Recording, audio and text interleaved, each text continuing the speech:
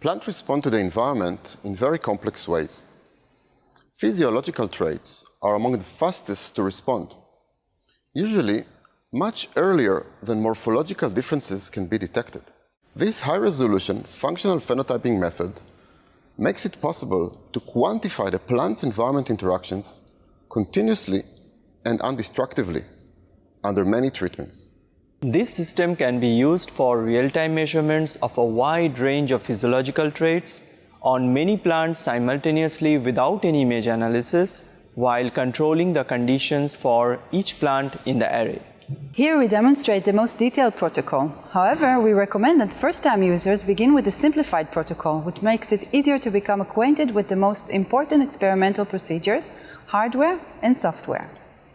Demonstrating the procedure will be Itamar Shenhar, a master student from my lab.